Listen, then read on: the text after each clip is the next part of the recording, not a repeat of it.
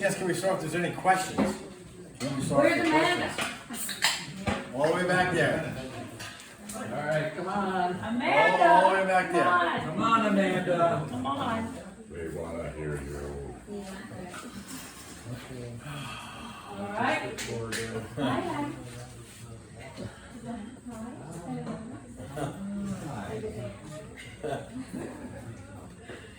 Yeah. Well, first, I guess, thank you for everybody who, I'm sure at some point or another has gone up to the store stand. I don't know what you refer to it as, but it's certainly appreciative.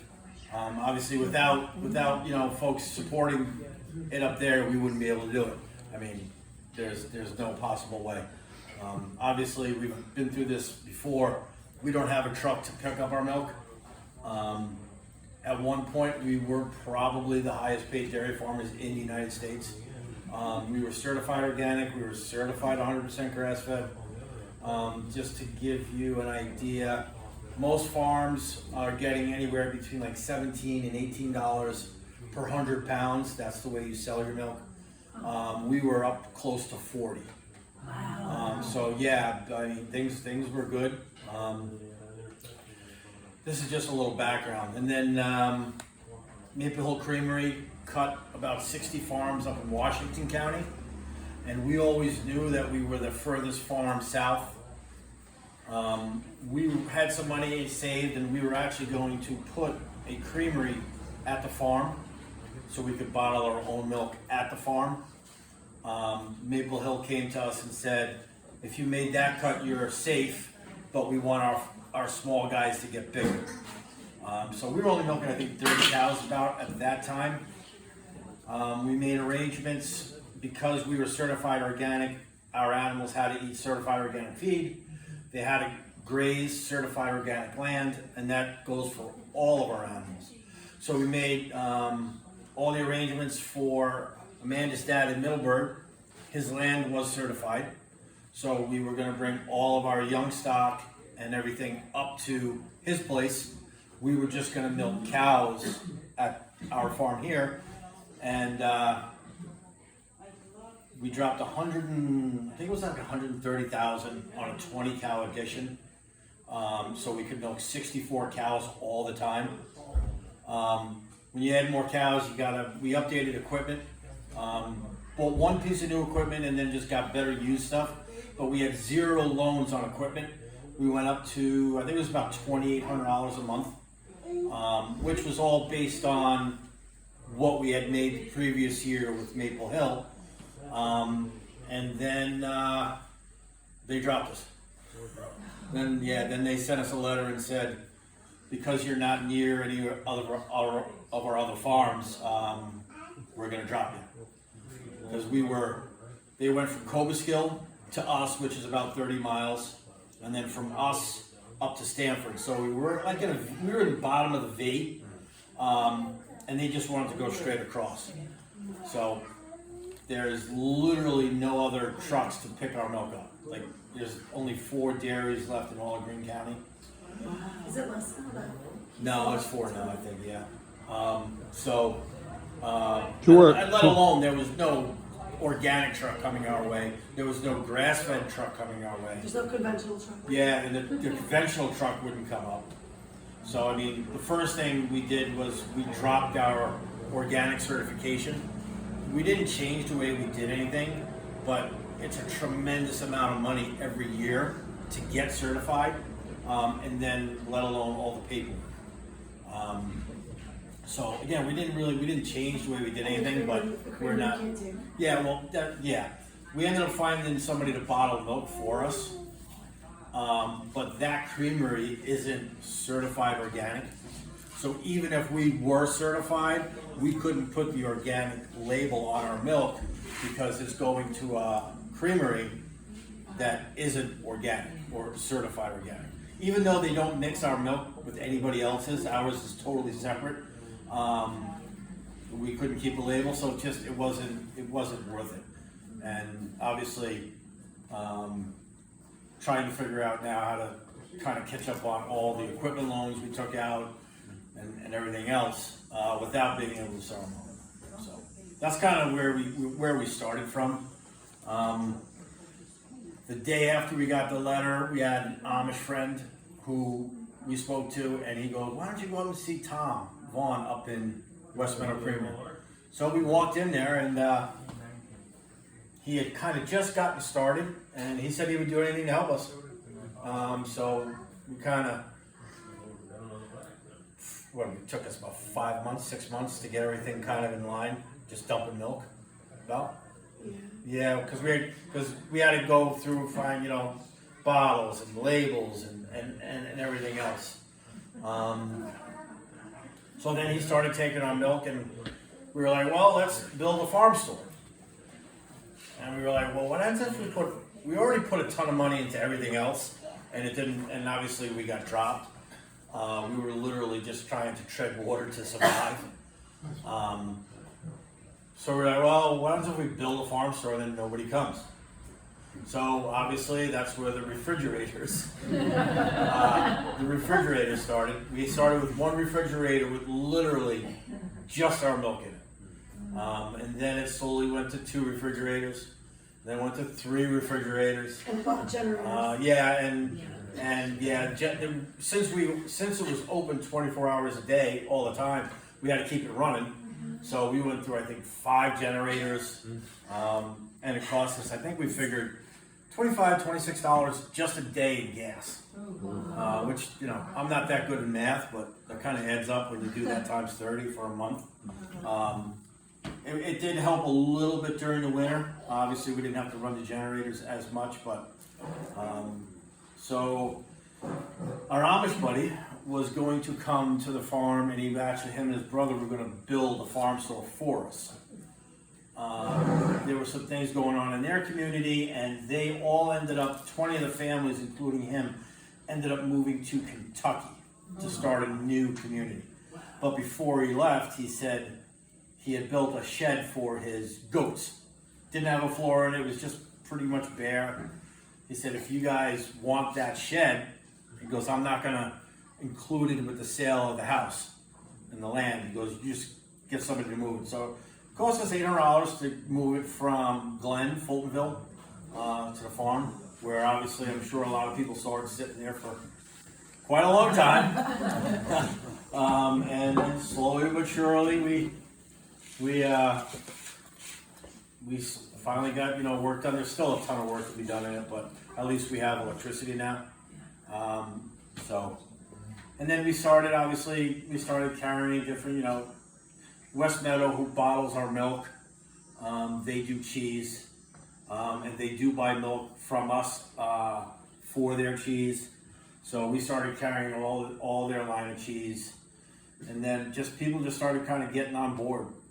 C&B, they use our milk in all their breads. So they get 9 cases of milk on a Friday, and then we pick up a bread order.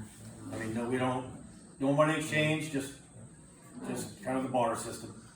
And then, we've been friends with, Amanda's been friends with the Amish up there before she even met me.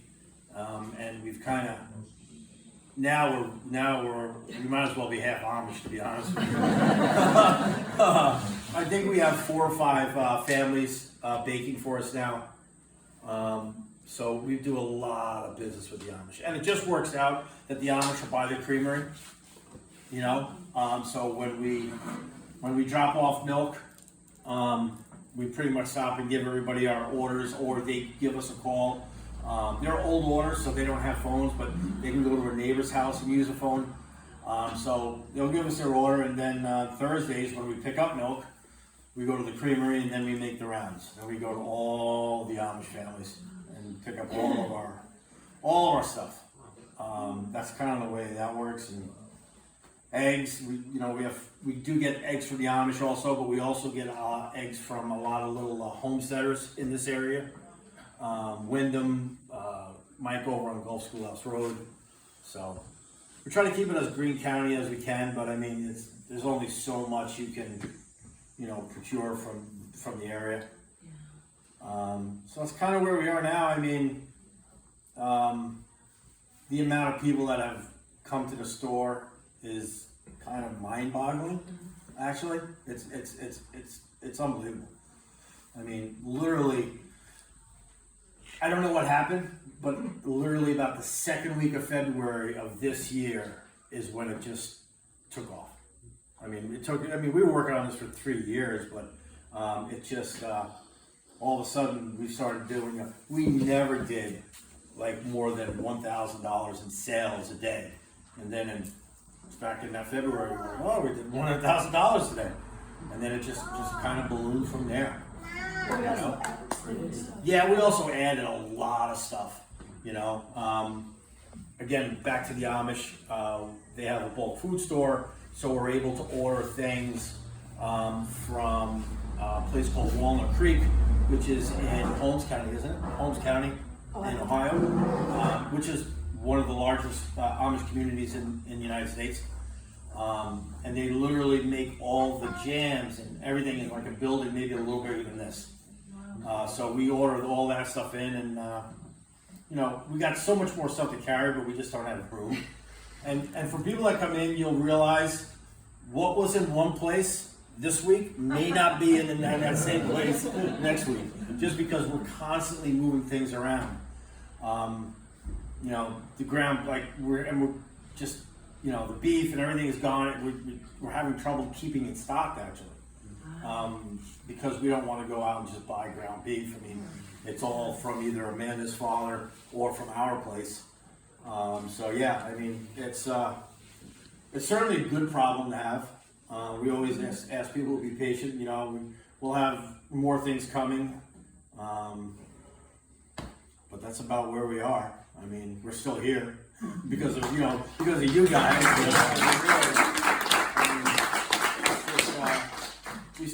We used to pick our milk on Friday, stock everything by late Friday afternoon, but it literally got to the point where we would have people waiting for us when we came home Friday afternoon.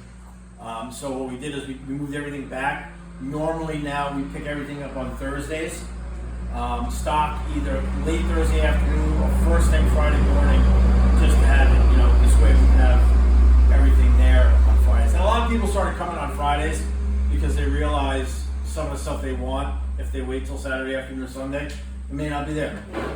So again, it's not a bad problem to have. It's very humbling, to be quite honest with you. You know, I'm sure a lot of you guys I have spoke to and seen you there. We try not to, and we're still on the honor system. You know, I mean, who wants somebody sitting out there? You know, we have some people that don't like to chit chat, and that's why they come here. And believe it or not, He does, because when he goes out there, he's out there sometimes for an hour. I'm like, where are you? We gotta do that. Where? He's like, I'm stocking the store. yeah.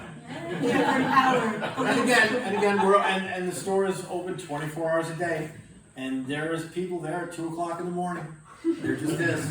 Last night there was somebody. There was because the dogs were barking. Yeah, like four. There was four motorcycles there, like 11:30 at night. So, I mean, it's fine. You know, I mean, that's what it's there for. So you know, I mean, that's where we are. Any guys got any questions? Anything? I got a question. The Venmo thing is working good. We started that very early on when we had the refrigerators because people wanted electronic payment, which we knew nothing about. We still would have known nothing about it. We don't have the QR code yet. Which is sick. We're working on That's that. probably my fault. Yeah. So it's good. I'm thinking about either adding another Cash App, maybe Zelle or Cash App. The problem with Venmo is they're very difficult to deal with as far as getting statements monthly. Like to look at your statements, it's almost impossible. Plus Venmo takes like 2 or 3 cents on the dollar from us, or from the sale, not from us, because we're set up as a business, which I mean doesn't seem like a lot, but it adds up. It adds up. You know, I mean, I know a lot of people have it set up like on their personal account because on the personal side you don't get that fee. But we're set up like that. So yeah, we may add either Zelle or something. So you run out of cash. Yeah, cash check, you know, but again, it's 2025. You know, I mean, some people just don't carry cash, you know? So, yes. I have an awful lot of jars. Would you like the jars? Can I just drop them off? What 'Cause kind of I do jars? buy the mason jars, different sizes. I get your beets Can we and use them or no? things that, Yeah, we could probably use them. so I can just leave Yeah. them in the Yeah. box Just there. as long as they're rinsed out or whatever, yeah. I mean, And- obviously, we take egg cartons back, you know. Another question with the Amish. Will you ever think of maybe getting, I tried making it, no success, elderberry syrup, and they have a So healthy they actually- recipe? So, Lewis can. Yeah. So there are some of them up there. What they do is they don't make their own, but they have from like their own sources. They do get it in. If that's something that people would be interested in, I can get it because they do carry it. They have like their own little medicinal shops. They have a All huge natural. medicinal shops. Yeah. Because I go So- twice a year to a place, and Yeah. I So feel we like, could, because oh, like, if they you're do getting carry. Yeah. things from them. Yeah, and if there's anything that somebody would like us to carry, because literally we have access to so much stuff, just shoot us a message. If we can carry it, we're happy to carry it. We're hoping to have, it won't be our own, but we're hoping to have sour cream, cream cheese, cottage cheese when it gets colder here. So when we get it off the truck from up there, we're gonna try to have that too. Good. Yep. Just Can trying you to. talk a little bit more about the Amish community, where they are, how? Sure. The families that we are very close with in that community is in the area of Fultonville, Glen. It's actually considered Spragers and Amsterdam addresses, but it's really right in that area. It's probably one of the oldest order Amish communities in the United States. Every community has their own rules. Like there's a community in Cobuskill. They're like the community in Cobuskill.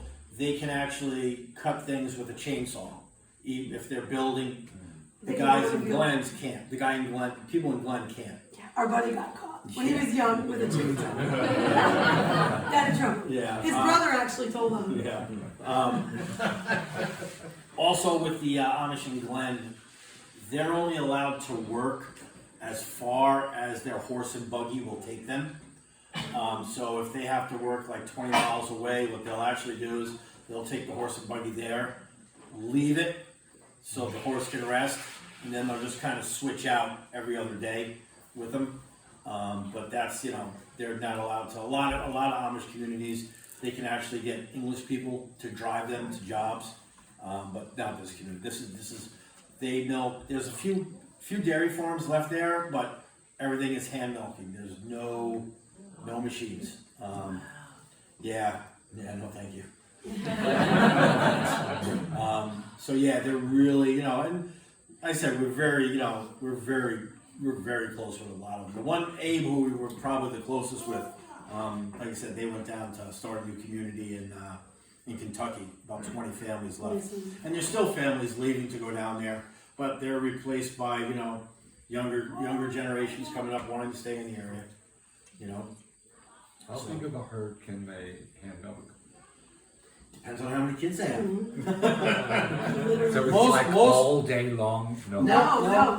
No. They go in, and actually, most of a lot of families, the women do a lot of the milk. If they milk 10, 12 cows, that's about max. Right.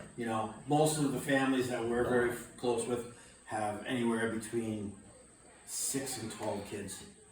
All pretty close in age. But obviously, then the kids leave, and then the fathers kind of, So yeah, there's not a lot of. And they milk sheep and goats. Yeah, leave the and they also milk communities? sheep and goats. They leave the community? No, they usually stay within the community. Yep, but they do their own schooling. Their own school is all done there. And I believe they're 14 when they're done. Yep. Yeah, 14 they're done in school. Yep. But like when we had our perfect example is when we had the addition put on the barn, we actually used the Cobuskill Amish to build it. We had to go out and get them every day, bring them home every day. But at that point, there was 4 of them there most days, and the oldest was 21. And the 2 younger, Yeah. the twins were. The twins were 15, like 15 and And the 16. youngest was 12. Yeah, they were young, but yeah. Will they use telephones? No, they'll use telephones at people's houses. They can't have a phone on their place or any electricity, but they can go to a lot of neighbors' houses, have phones set up in their garages for the Amish to use. There's a lot of them, because I mean, they do it, you know, they all have pretty successful businesses, whether it's making cabinets or lumber or whatever, so they do have to make phone calls. So yeah, a lot of them just have neighbors, you know, set up to use their phones, so. Jay, on a personal note, I'm thinking about your mom, Emily. Yeah. And your grandparents, Eric and Alice. Yeah. And Eric's grandparents, Inez. Inez and Osmer. And Osmer, yes. And Yep. I'm wondering what part that played in your wanting to come back. Oh God, I don't know. It's been I think it's something I've always wanted to do, but was always discouraged, which is probably the best thing. Because honestly, I mean, the dairy industry is not like when my grandfather was milking cows, or even it's changed so much. They don't want small farms, you know, mainly because of the trucking. You know, trucking costs money, picking up milk. And the margins are so small in the dairy business, especially with fluid milk. The less farms that they have to go to pick up, that increases their margins, you know. Like I said, there's only, I think, 4 farms left in Greene County. You know, there's us, there's Stories down in 32. There's 2 farms all the way up in the end of Greene County in Halcott Center. Tim Johnson and Chris DiBenedetto. Scott Tuttle, who's in Ashland, he just sold his cows, 5 or 6 months ago. But they now have the raw milk permit, so they're licensed to sell raw milk. They kept about 10 cows, so they're doing that now, as well as some other things. So, like I said, if you count Scott, there's 5 dairies left in Greene County. Yes. Yeah. Was there ever a creamery around Cornwallville? There was a couple of creameries actually. There was one in Conesville, which is over the mountain. I don't know if there was actually one locally. Tommy would have known better than I would have about that. I think there's one, is it Potter Hollow or? There might have, yes, yes, right where that road splits. If you're gonna go up Potter Hollow Mountain on the right, apparently that used to be one. But it's not a local. No. I believe And there again, was that's one in Oak Hill. Oak Hill. Okay, yeah. I remember my great grandfather. I think my grandfather used to ship their milk to Norman's Kill Creamery, which I believe was out towards Albany. But yeah, with the dairy business, it's just it's not for the faint of heart. I mean, it's not easy. I mean, I'm it's sure just, that Eric and Alice would be just simply amazed that. well, I'm sure they're turning over in their grave. And it's to your credit. Well, I don't know about that. I think the main barn that's there was there when my great grandfather Osborne bought the farm. So that original barn is over 200 years old. Osmer, I think in the 20s or 30s, put a 30-foot addition on that barn. You can actually still see in the concrete in the center alley, you can see where that concrete stops. And then my grandfather in the early 50s put a 50-foot addition on it. So you can see where that 30-foot addition and the 50-foot addition meet. You can literally see it in the concrete. So that made the barn 120 feet long. The original barn was 40 feet. and then they added another 80. January 27th, 1979, that whole 80-foot addition fell down. My grandfather actually was raising heifers and stuff because there was still a lot of farms in the area, so he was selling replacements to a lot of people. The roof had been rusty. They got a lot of ice, and then the snow on top of the ice, and it wouldn't allow the snow to come off.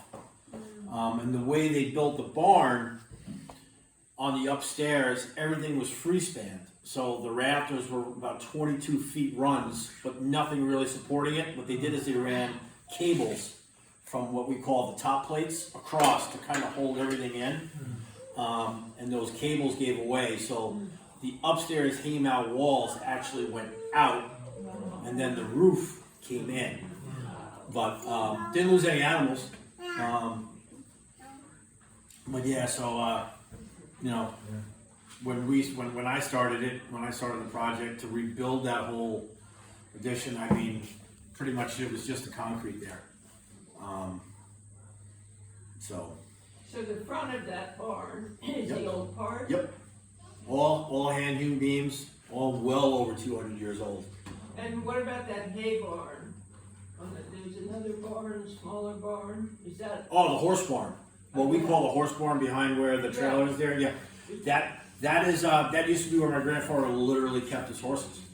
Now that barn, from what I understand, used to be over across the road by where our pond is. And I guess at some point they actually moved that barn on logs, rolling with horses, and pulled it all the way over. And then I think they added an upstairs to it and some other things. But yeah, that's what we always call the horse barn. Yep. I'm very impressed with your honor system, or to be more exact, I'm very impressed with the community that the honor system seems to work. It does work. It does. When Carol and I first got a house here 40 years ago, we realized we didn't need to lock it up unless we were away for weeks. And friends from the city who lock their apartment every time they go out for 5 minutes would say, "How can you do it?" "Oh, it's against the rules," I said. Yeah, I mean, honestly, I mean, it works. I mean, do we lose a little money? Maybe a little here and there, but honestly, people leave more a lot of times. So, I mean, we're certainly not losing. You know, we've had a few incidents, but nothing lately. But you know, a lot of people don't realize also the cash box. You know, we're probably gonna lock it again because we like to throw people off. But a lot of people use it to make change, and we tell people that it isn't locked. So we'll have people come in if they don't have change or there's no change in there. If they want to buy a milk, let's say, which is $4.50, they only have a 5. They leave the 5. And next time they grab a milk, then they leave 4. So we don't lock it down to the nickel at the end of each day. So yeah, I mean, it works. It used to be when you first had Venmo, I couldn't get cellular network on my phone when I was there. So I would come up, take my quart of milk or whatever, come home and do the Venmo order, and I sort of was looking for a video camera. We get a lot. Again, we get a lot of Venmos the next day. We've even gotten Venmos because on Venmo you can write notes to people like to us. And one guy said that he took a bunch of stuff and he didn't pay us until like 2 weeks later, and he said, "I apologize, but my furnace was down," and then he had to get. It's fine. I mean, it is what it is. I mean, you know, we're not going to go looking for him because, you know, so, yeah. So, yeah, no, it works, you know, and one thing, I don't know if it's a mantra or a saying or what, but we always say, even for when we started this, I could cater to city people all day long. I could cater to Wyndham people all day long. But you can't price out local people, you know, because we haven't heard it in a little bit, but people used to tell us all the time, "You're too cheap on this, you're too cheap on that." And you know what? I don't necessarily know if it's we're too cheap, it's just everybody is overcharging. Like you the know? whole egg thing. Like the whole egg thing, like that whole egg thing was nothing but a scam. That was literally our nightly talks every night of being Yeah, because I blown mean, away really, by local you know, public charges. granted, there was a lot of avian flu, and a lot of the commercial places had to kill millions of chickens, which affected the commercial stuff, the grocery stores. It did not affect us, you know. So when people started raising their prices just because they thought they could, we never raised our prices. You know, we were still $4. We've been $4, I think, since we about started. So yeah, I mean, it's just everybody looking to make a quick buck, you know, unnecessary. Because one of the things that we laughed about was people were raising their prices because of supply and demand, but they like to blame it on the feed prices going up for their chickens. Trust me, Feed prices the went feed down. prices actually went down. They did not go up. So, whatever. And again, people who did it, I have no ill will. You know, I don't, you know, talk bad. I don't say, well, you should. To each his own. But what I really love about it is you're not trying to make a quick buck, you're trying to make a slow buck. Right. And again, you literally have people that come there, and they literally do a lot of grocery shopping there for things that they need because, again, we're, you know, I think we're very fairly priced compared, and we're always looking at what other people are charging, and we're either there or below. You know, so. So we're so happy to support you. We live down the street, Yeah. and I think I've seen you, all three of you actually, a couple times there. Probably. Yes, yes. Probably. Are you doing any advertising, or is this really all word of mouth? No, a little bit of social media? It's social media. Uh-huh. I do the Instagram. Amanda does the Facebook. She does a way better job on Facebook than I do on Instagram because I'm slacking. In the very beginning, we did have some signs out, and I actually spoke to Bernard about this. We did have a sign down here, and it's something that we're going to start doing more because there's a lot of traffic through 20 here that, you know, you put a little sign at the end by the schoolhouse, you know, a mile up the road, you know, you'll get, it's just, so yeah, it's something we have to work on. But no, it's just word of mouth, social media right now. But yeah, it's gonna, you know. I got a question for you, and thank you also from everybody supporting you. You know, and you guys are great entrepreneurs, amazing. You know, I'm trying. you talked about organic and how you haven't changed anything. Can you just explain what the things that you do, the methods, how many cows, how many acres, what do you do for that organic idea? For the organic certification. Forget the certification, but what is it that makes the quality of organic that you're still doing? That's what I would love to hear. Like I said, it's unfortunately organic is just a word. You know, when you start to get into rules and regulations of what you're allowed to do, what you're not allowed to do. As far as like pasture for all of our hay ground, for instance, you're not allowed to use any synthetic fertilizers on any ground, which we weren't doing when we were organic, and we still aren't doing. Will that change? Maybe, but it hasn't changed yet. Our cows poop a lot. So we do put that on the fields, especially in the fall time, for fertilizer. We're thinking about, if the budget allows, adding chicken manure to that, because chicken manure is much higher in nitrogen than cow manure. Cow manure is higher in phosphagen than chicken manure is. So if you put them together, you'd have a nice mix. But it would have to be a fall application to give it all winter to kind of break down. So that's one of the things there. No synthetic fertilizers, anything like that. You aren't allowed to use any antibiotics at all on cows, which for us it was a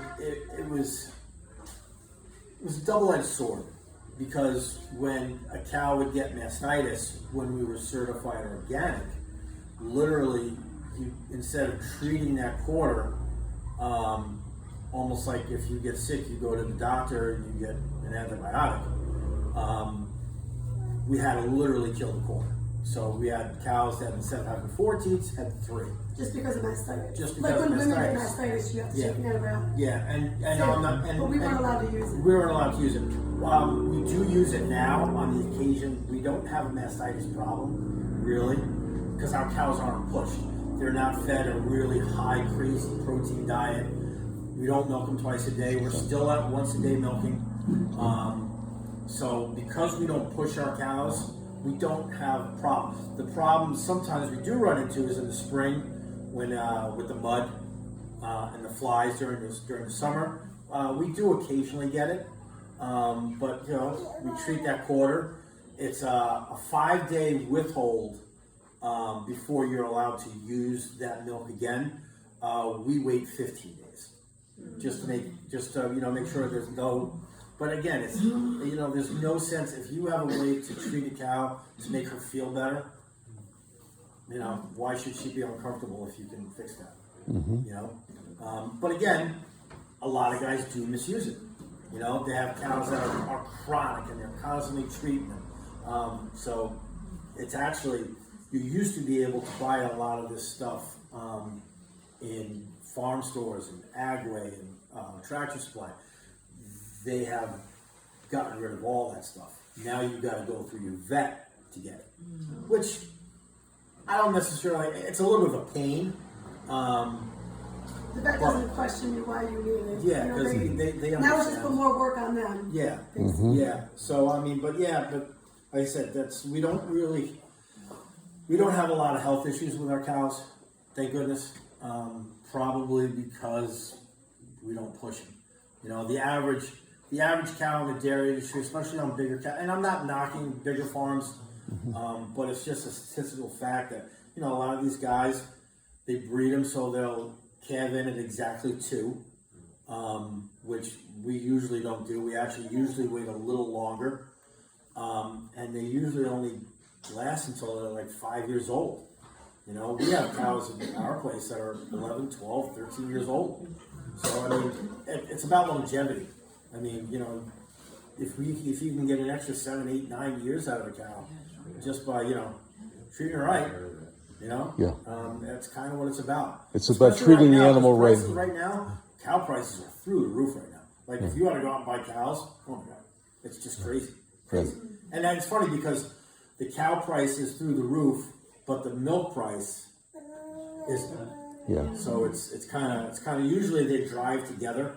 Not that the milk price ever gets real high anyway, but you don't understand how people are spending that much money on cows, milk cows, when the price is only this.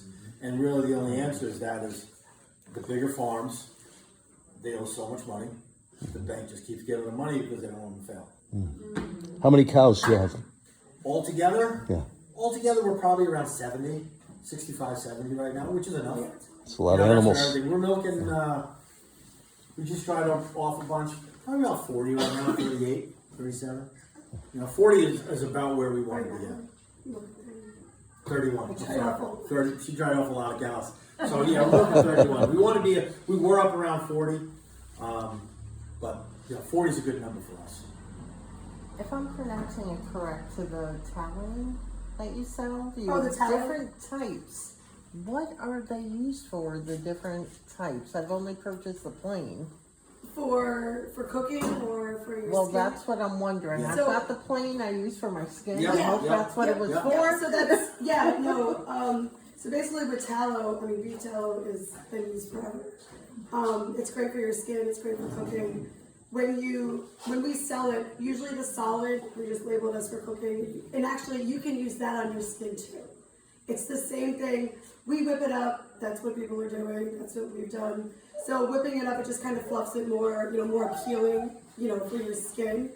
But it's the same thing as cooking tallow. It's the exact same thing. Okay. A lot of people add in like jojoba oils, coconut oils, olive oils. We don't use any of that. There's no reason to add that. That's just added for people to think that it's going on more in your skin, better for it. It's really not any better for your skin by adding that. So we just use it plain. We do add in essential oils because a lot of times when you make those, the oils are a carrier oil for the essential oils or fragrances. Tallow alone is a carrier oil, so there's no reason to add those. So yeah, I mean, we sell a lot of the unscented for skin. That's like the most popular. We do infuse it with organic coffee, add in the beeswax and honey, and we just do a beeswax honey one. We haven't restocked the scented ones this time around because we've been busy, but we will be doing more. But I mean, basically they can be used like on even just cooking oil. You can use that. We have people actually use it on their infants. Yeah, for that's eczema. all she gets. Yeah. There's You can't believe it. It's, like hots even. yeah. It's crazy. And again, going back to when I was talking about the whole egg scam, Tallow is a scam. If you go online and try to buy price-wise, not it works. There's no doubt that it works. It's awesome. But price-wise, if you go to Amazon or Etsy and try to find somebody selling like a 4-ounce thing of unscented tallow For $40, $50. $40 or $50, That's why I was like, what, It's- $5? ours is No. because people are just taking full advantage of the whole marketing tallow thing, and it's if we're making a little money at $5, imagine what those people are making at $40. It's a scam. Well, That's thank you. terrible. Yeah, it's a scam. Yeah, and and again, it goes back to a lot of people who would love to use a tallow product. If they have to spend $40 on a little 4-ounce thing that's only going to last a little, you can't. Maybe you can get it once, but when you have to try to keep paying it, where I think, like I said, I think our 4 ounce is $8. I think or $7. Our 4 ounces is 8. 8. 2 ounce is 5. Reasonable. And again, we're still making a little money on it. So it just tells you what everybody else is doing. So maybe we are entrepreneurs, but we're certainly not. We're never gonna be rich entrepreneurs because of that problem. But it's fine. It's fine. It's just we keep adding stuff. We're probably gonna need a little bigger building at some point. Yes, That'll be a while. interesting. Yeah. You never know what you'll find when you Well, and then step in. somebody actually said that to me. They're like, every time we come in here, you have something different. Yeah. I said, yeah, and I said, like I spoke to before, it may be in a different spot this week. It's so, it's just really hard keeping, we did, Amanda's dad raised Angus. So we did an Angus cow, about 6 months ago? Yeah. About 6 months ago. Spring. Yeah, we butchered an Angus cow. We sold half of that whole cow to a guy from New Because we Jersey. didn't know how long we were going to be sitting on it in the Yeah, store. yeah. So didn't Yes, want to I do have. a whole one. So we did a half. And like within 2.5 weeks, it was gone. Well, that's why I make my trips to the Amish for Yeah. my beef and Right, pork. right. Yes, that's Oh why. yeah, and actually we actually had a couple from Paleyville who used to buy all their ground beef in the supermarket, and then they actually tried one of the first batches. Well, no, they wanted to, but they were like, what makes it different than the store? And I was like, well, it's fresh. Yeah, I can't explain to you, it's you completely gotta try different it. color. Yes. And then they bought it, and they were like, "What have we been eating all Yes. And You it's don't just- want to know. Yeah. Oh my God. Also, what you feed the cows. Yeah. It's also right. Like, and that's another thing, especially with like a lot of people. Even though our milk is pasteurized and homogenized, it does have a way different taste than just store-bought stuff. And we always attribute that to, again, back to what you said, what you feed your cows. We don't. A lot of guys, and again, I'm not knocking people with the way they feed their cows, but a lot of people a lot of dairy farmers feed a heavy corn silage diet, and that not that other things you put in cows don't change the rumen pH, but we always felt that corn silage fermented is one of the biggest drivers of taste in milk. And even the manure just smells Yeah, and even so... you could walk into a farm, You and as know. soon as I walk in, I'll know if they feed corn silage. And again, Just have a look. it's just, you know, but again, a lot of people aren't bottling their own milk either. So it's not that big a deal to them. You know, it's just going into the truck and, you know, mix with everybody else's. Where, you know, like I said, we've never fed corn silage. You know, it's just. We can't grow corn. And a lot of guys feed distillers grains from breweries as you know, again, we don't feed that, but because all that wet stuff changes the pH in the cow. We do feed baleage, but our baleage is, most guys like to have their baleage on 100% level, 40% dry, mostly wet, like 60-40. We try to get it 70 dry, 30 wet. Way on the drier level. Yeah, way on the drier level. So you have an asset for your business that you're probably not aware of, your daughter. I'm wondering if she's available for rent. I mean, she's I don't know. She's got quite the mouth on her, like her mother. Right? Yeah, well, I mean, like I said, there's still a lot to do up there. You know, we've pretty much got most of the financials ratcheted down. Until something breaks. Yeah, until something breaks. We got rid of all of our equipment loans that we had taken out back when we were in Maple Hill. The last one will be up in November or December. That'll be paid off. We had, unfortunately, we did have to take a few other little ones out for other equipment, but I think that's just the cost of doing business. I think that's something we're always going to have to fight with. It is what it is. Perfect example is, I always swore I would never buy a brand new tractor. It's just like a brand new car.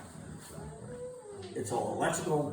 It's got all kinds of codes and sensors, and it's just not what the old tractors are like we have.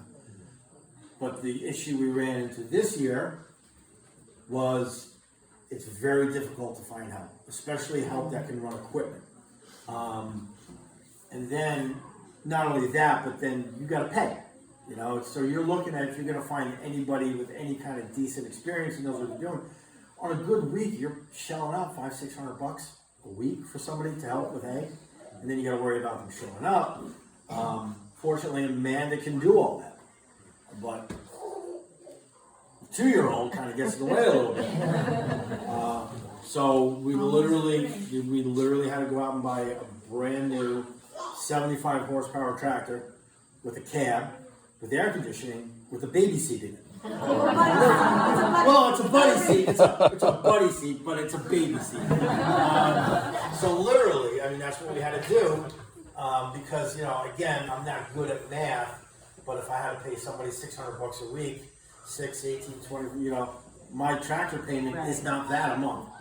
You know, so again, it's one of those things you didn't want to do, but you know, it is what it is. You know, it is what it is. So now she's riding around the tractor. That's her favorite thing.